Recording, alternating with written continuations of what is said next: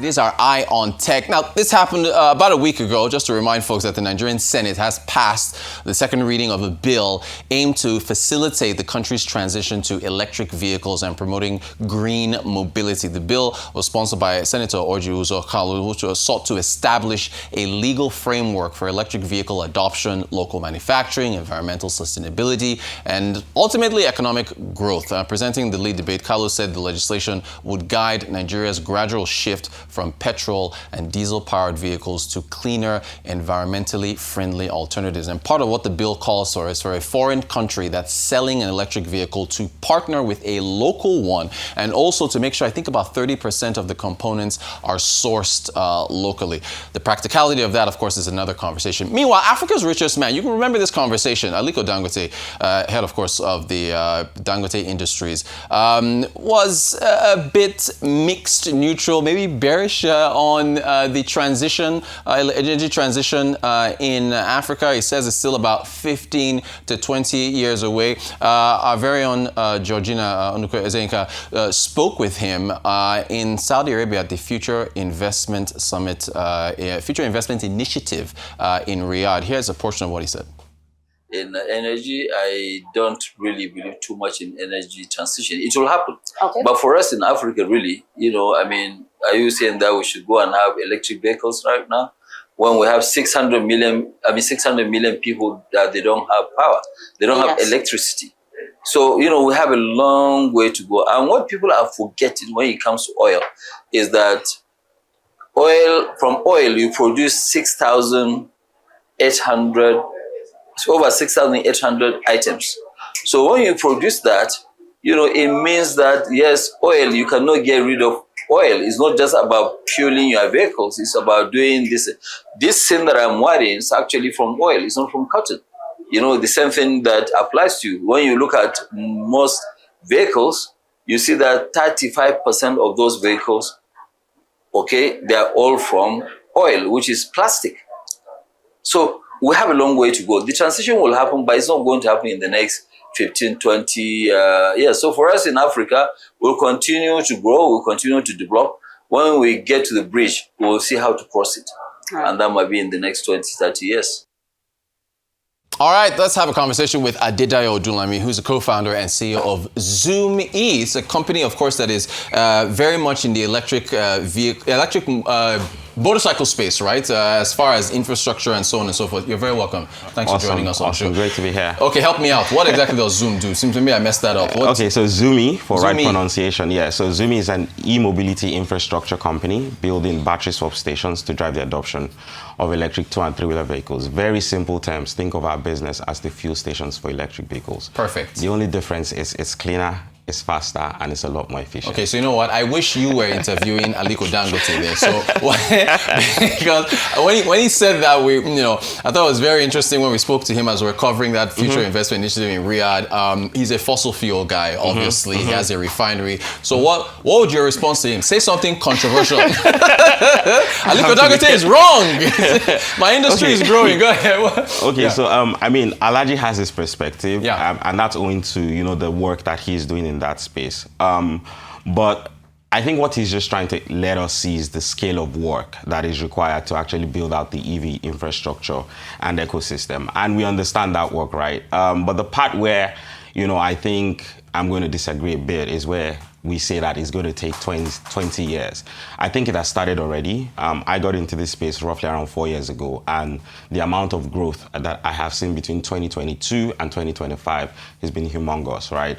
And I think, again, that the growth that we're going to expect, unlike to what he thinks that is just going to, we're going to arrive at that point. It's going to happen in phases, right? And we've already seen a lot of that. It's going to be some level of localized leapfrogging, right? We're seeing sectors build out gradually. We're not just going to arrive at having all vehicles on the road as electric, right? We need some government policies to back this up. You know, we need some level of localization, you know, in terms of the manufacturing and all of that stuff.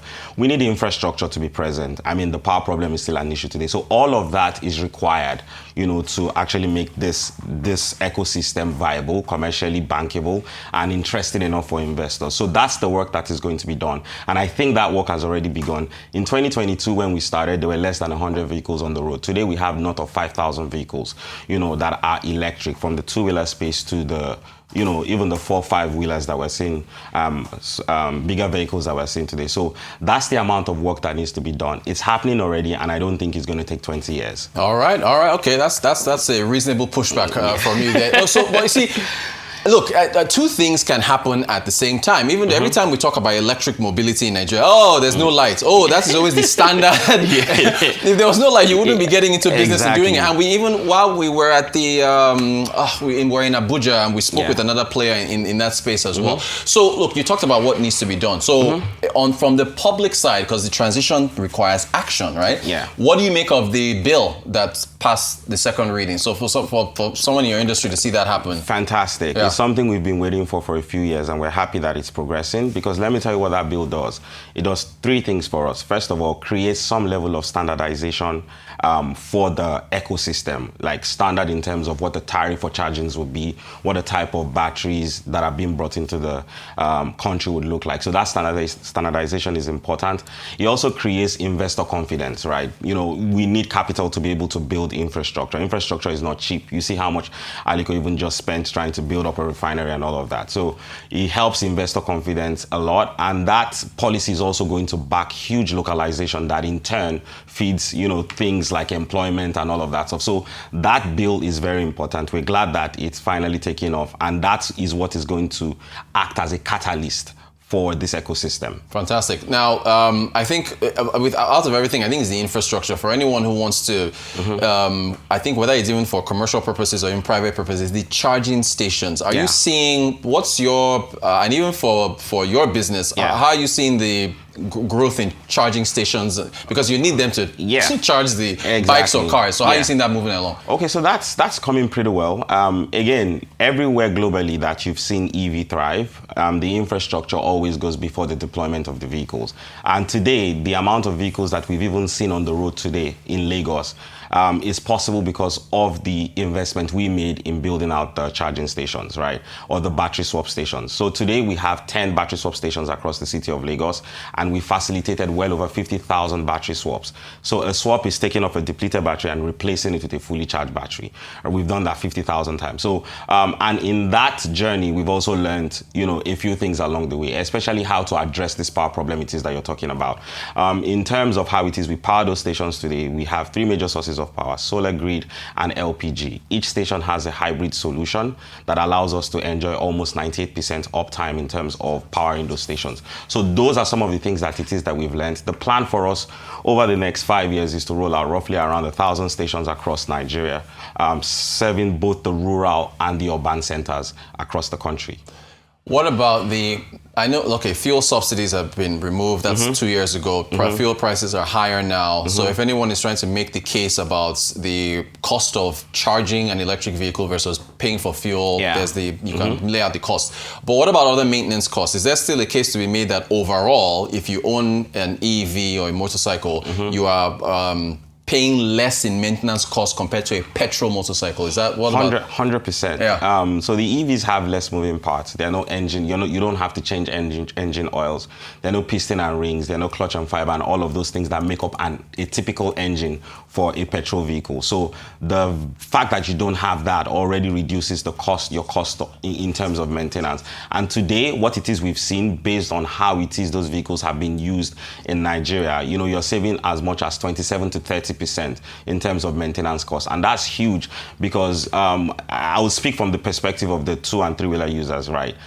They don't, you know, little changes in terms of margin means a lot to the people that actually use these vehicles, either for transportation use or logistic use or serve as micro entrepreneurs. So that 30% cost saving benefits is so huge to their take home, and it actually helps improve their life. So the maintenance cost definitely drops because it's an electric vehicle, and is a huge part of the selling point of these vehicles as well. I got to squeeze out one more question from you. If we have this conversation in November of 2026, maybe that's a little too soon, but do you see, my final question to you is basically the outlook, whether you see scale happening as time goes on across Nigeria? I expect a 3x scale in the next 12 months. Really? And that 3x scale is going to apply to both the elite and even the common man in Nigeria. So the 2 and 3 wheelers that serve as the backbone for transportation and logistics, we've already seen the growth in the last 12 months. We expect that to almost double or triple. And I'm sure a few friends of yours, Rotus,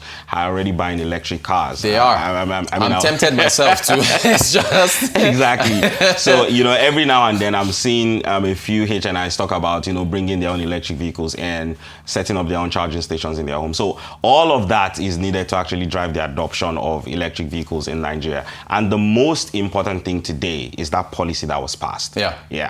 Adedayo Odunlami, this is an ongoing topic, so we got to have you back and talk about all the different things that are going to happen as adoption scales. Awesome. Co-founder, CEO at ZOOMe, thank you so much for your time. Thank you so much. Appreciate it.